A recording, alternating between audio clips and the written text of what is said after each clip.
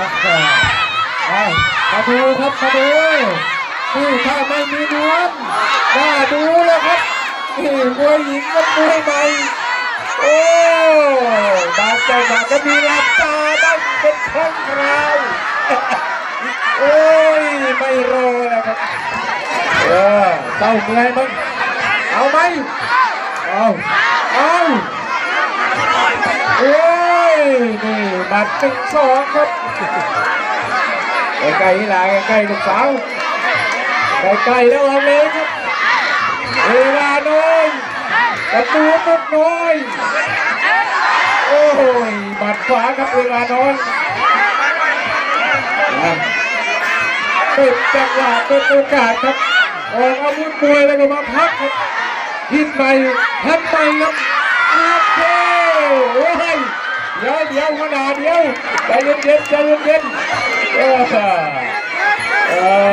ไม่เติมนะครับกรรมการผู้ที่การเป็นทีกรรมการบรรจงภูมิโคกรักเริ่มยกที่หนึ่งครับนี่คือมวยใหม่ครับมวยใหม่ใจรักไทยการกุศลที่เทศบาลจางแสนชัยนะครับพบกับคู่มวยเอก8 คู่ครับและก็ต้นกล้ามวยไทยอีกนะครับ1 มีนาคมครับนี่ยกที่2เลยเวลาน้อย14 ทางมุมแดงฝั่งน้ำเงินหนูมุมน้อยปราสาทที่มันที่มันจับทันเลยมาเป็นปืนกลเลยครับโอ้โหเดี๋ยวจะเข้าไปเตะโอ้โห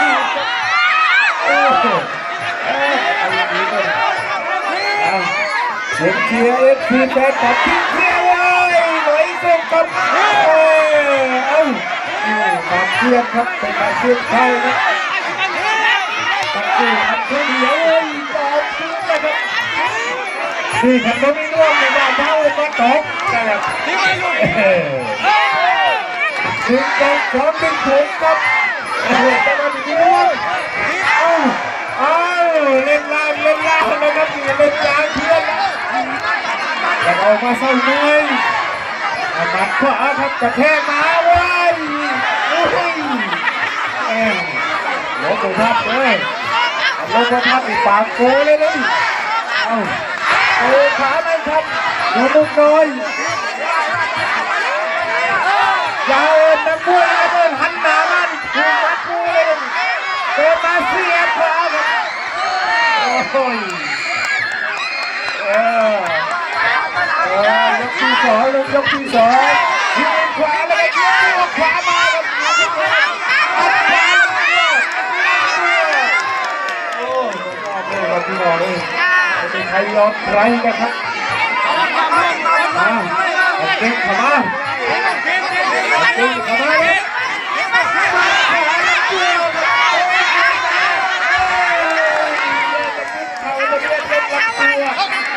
จังครับนี่มาขวาทีนึงครับหนูมุกน้อยเวลาเลยทีขวามา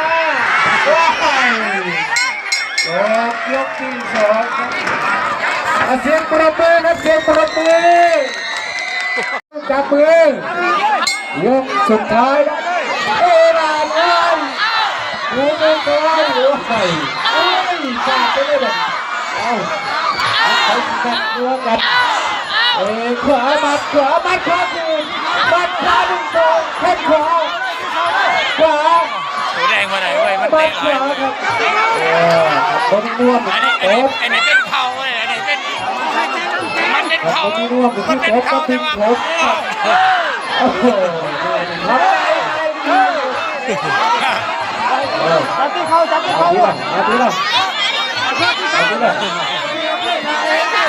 โอ้ยนี่พยากาศร้อยตาดีนัก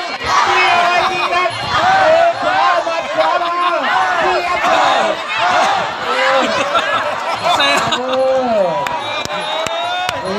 วางได้ไหมไม่ชอบกันครับโอ้ย มาที่ไหนมาที่ไหน โอ้ยเหยียบเลยเห ย ยีย ก บ ที่สามยกสุดท้ายลูก เอาเลยชกเป็นเรือเป็นจังหวะแหละครับไอ้ดอกมาส่งไม้แหละครับยกสุดท้ายเอาเสียงปรบมือครับขอบคุณท่านชัยมรบุญเต็มครับและก็ทีมบริหารขอบคุณท่านสมาชิกสภาขอบคุณท่านผู้นำฝ่ายปกครองและไปที่หูมุกน้อยปราสาทจิตครับจับมือกันลูกจับมือกันเพื่อนกันนะครับเพื่อนกันมาถึงครบแล้วครับมาเลยครับปันกับเพชรสม